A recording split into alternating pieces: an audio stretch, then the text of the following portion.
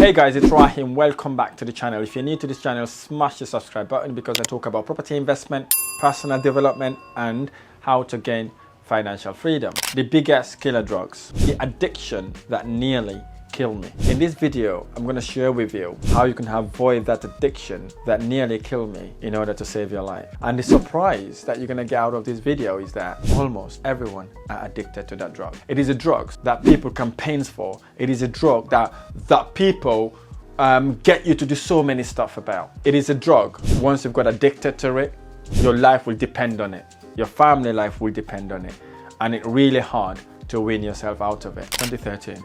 Rahim, you finished your university. Congratulations. Welcome to the corporate world. You're going to do absolutely amazing. You're going to get a nice, amazing job and you're going to be financially free. You're going to be determining your future.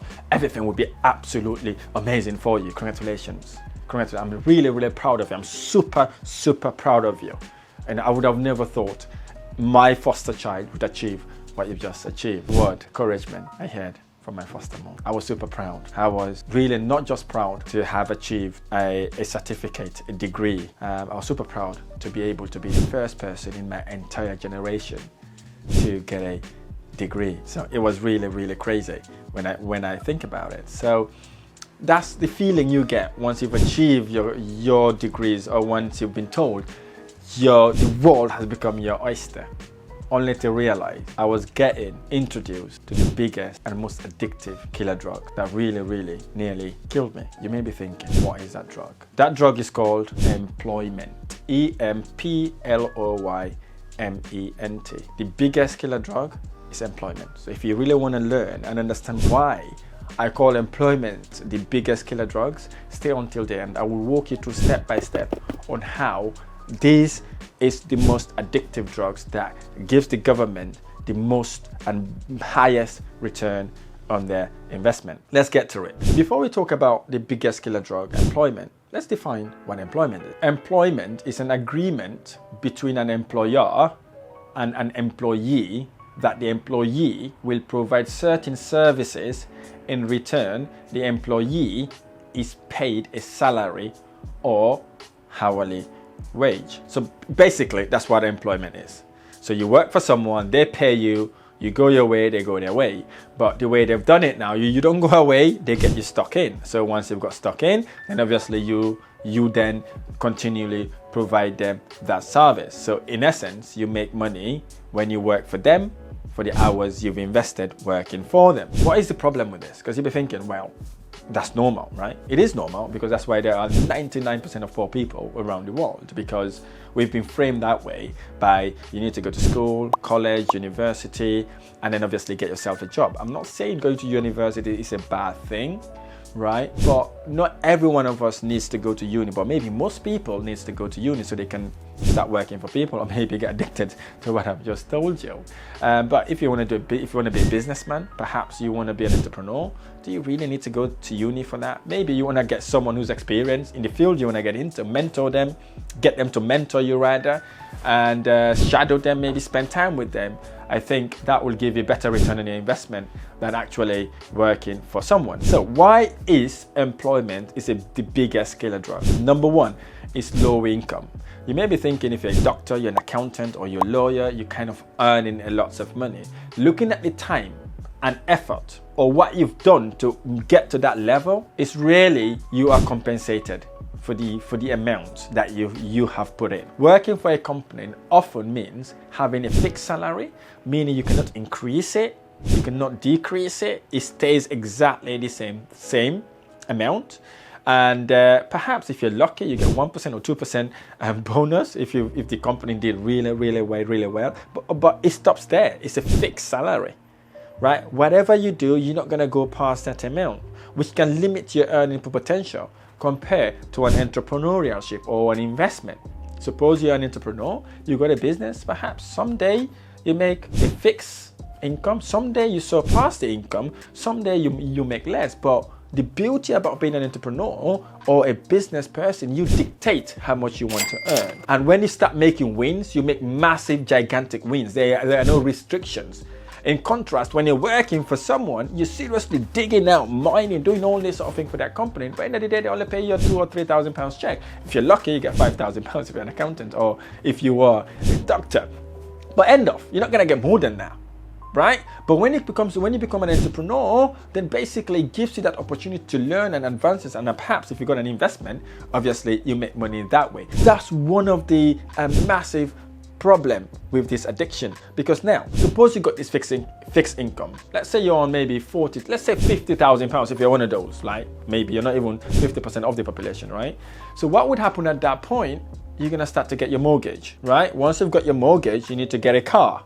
You got your car, maybe you are leasing that car, and the third thing you want is to get married. Guess what? When you get married, you got kids. Once you've got kids, you've got responsibility, and if you're an African or Asian, you've got responsibilities back home and abroad. Guess what? You've got that job. So once you've got that job and you've got all these things to pay for, you get hooked, right? It is the same way of getting hooked when you take illegal drugs, because now you know you've got your mortgage to pay for, you've got your car leases to pay for, you've got your wife to look after, maybe sharing the bills if you're lucky, and you've got your children to look after, and obviously you've got your extended family. So no matter what what they've done to your work, you tend to stick to the job because you've got all these responsibilities to pay for. So even your manager curse you, they ask you to stand still whole day, they'll dictate the way you go on holiday, you still say, yes boss, no problem, I can do that for you. Whatever you want, I can do, because you're already hooked.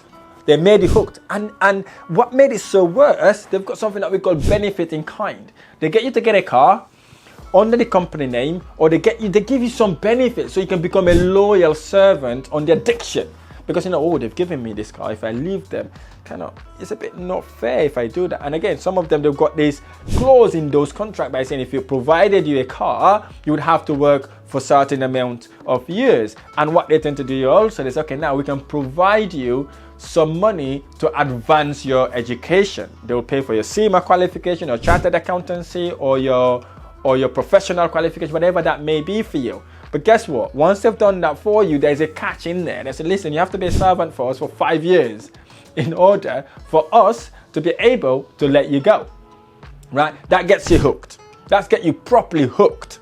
And then once you're hooked into that, you've got all these bills to pay, then you become a slave to your job.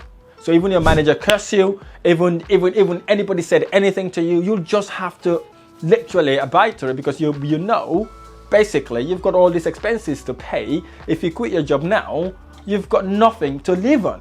So you get addicted to it. The second addiction is job insecurity.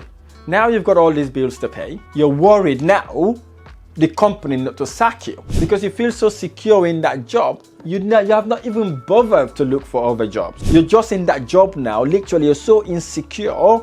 You're thinking, whoa, what can I do for my boss? Can I lick his ass? Can I lick her ass so that I can be in her good books? You start doing all these silly things because you know you've got all this responsibility to pay for. I'm telling you this based on experience. I've seen this happening in my workplace, where everybody's bitching and moaning, and when the manager turns up, they start smiling to them, doing all that nice. You got all this work politics. Literally, it's basically, you have to work not just at work, you have to be a work politician, do all that sort of thing in order for you to keep your job, because you're so insecure. And the worst thing is, basically, it is so insecure because here's the thing: if the job or the company decided to downsize, lay employees during economic downturn, it also leads you to financial instability. Then you've used to getting those shots, which is your salary, right? You used to getting all these shots, and then all of a sudden, nothing is coming in. You'll be like, whoa, what's gonna happen? So that then causes mental trauma. It causes depression. It causes all these family problems, because obviously you're addicted to it. Your family is addicted to it. You are addicted to it. Your wife is addicted to it. Your children are addicted to it. You may be thinking, how? You're earning money, you pay for your children's swimming, you pay for your children's whatever extracurriculum that they're doing. You're responsible to paying for the mortgage and the bills and all that sort of thing. So they're all addicted to this sort of thing indirectly. So if you lose your job, it's a massive problem. That's the reason why it's the biggest killer drugs. The third reason why it is one of the biggest killer drugs is limited control. They control you like this. They'll say, turn this way, you turn that way. How about this way? You turn that way. Oh, you want to go on holiday? Actually, I'm not going to give you 3 weeks holiday. I can only give you 2 weeks holiday because I'm the boss. I pay you, right? Limited control. You cannot dictate when you go on holiday, how you want to go on holiday, how long you're going to stay on holiday, and most importantly, they tell you when you need to be at work. If you're not at work, guess what? You got your oral warning, you got your written warning, and guess what? You got your firing warning. So you're not in control, right? You have little to say in any decision that impacts you or your income or the company, such as promotion. No raises for you in most cases, and it hinders your financial growth because you're relying on that job.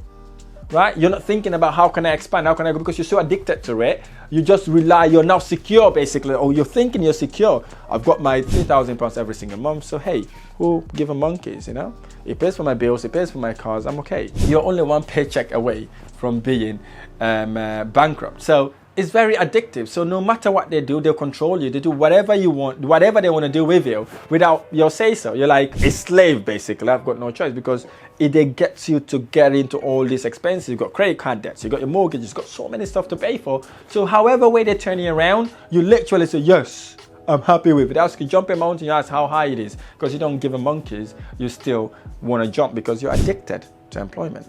The fourth addiction, this will blow your mind away, and it's absolutely crazy, right? It is taxes. If you're working for something, it's so bad you're addicted to it. The government is even feeding through it, right? It's like, you know, like when you get addicted, someone is feeding through your addiction, right? That's what it is, because you've got massive disadvantages if you're working for someone. One, the government take their national insurance, they take their income tax, and whatever tax you may be incurring before you even get your salary. Right? They cut everything out, well, they leave you with the change. Because that's exactly what that does, okay? You get your addiction, get addicted, get your £3,000, but what we're going to do after you got your £3,000? The drug dealer, right? At that point, it's okay, now you got your 3,000, come on here, we need to have a little conversation. Do you know you've got your national insurance to pay? Do you know you got your income tax to pay? Do you know you need to pay for your student finance? Do you know you need to pay for your car benefit in kind? You get all these taxes racked into you. By the time you think about it, your take-home salary is £2,000. And again, you still stick to it because guess what? You are addicted to it. So the fifth addiction is lack of diversification. So what do I mean by that? You rely solely on your job as an income, and you can be left vulnerable because if the company has financial problems, you get affected. So again, because you got that addiction, no matter what the company asks you to do, you will still get to do it because obviously you want to ensure when they're getting to fire people, you are not one of those that got fired. The sixth addiction, long-term financial dependence. You see, so you'll depend in the company. So what the employment addiction does is basically is they will introduce you to something that we call pension. Okay, they'll say, okay, now if you work for us, you continuously working every single year, your pension grows. You contribute towards your pension, we contribute towards you. It used to be 50-50, but now it's different, right? You contribute most of it and they contribute less. So what you do then, you get addicted to that, thinking, oh, when the longer I work, this basically longer I got addicted to this drug, or the longer I stay with this company, the more chances I get to get a pension. So basically, and then you then start relying on that without looking for an alternative investment or looking for a retirement planning, and then you financially depends on your salary and your pension that you may get, which of course, I'll tell you now, you're gonna get very, very, very disappointed when you retire, when you see your pension. Because just been approached one of the investors who told me his pension, a doctor, a psychiatric doctor, his state pension is £715.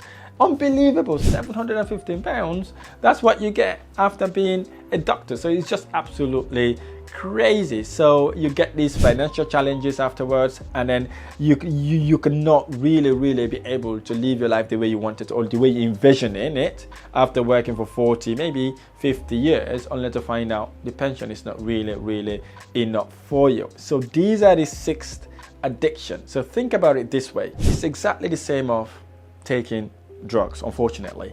I hope YouTube's not going to block this video by saying it, because I'm really going to the core in this, because I've seen so many people suffer as a result of this. I've seen so many people wanting to do so many stuff, especially investing in businesses, properties. They can't because they've got so addicted to their job and they've got so many bills to pay. They're literally hooked on that rat race and they cannot do anything for themselves. So I've got a question for you. If you are in an employment, have you ever thought how you could use property as a vehicle to make money work for you instead of you working for it? Have you thought about maybe starting a business that will make you passive income without relying on your employers? Have you ever thought what you could do for you to get you and your family to financial independence? If the answer is no, find an alternative way you can make money work for you instead of you working for it.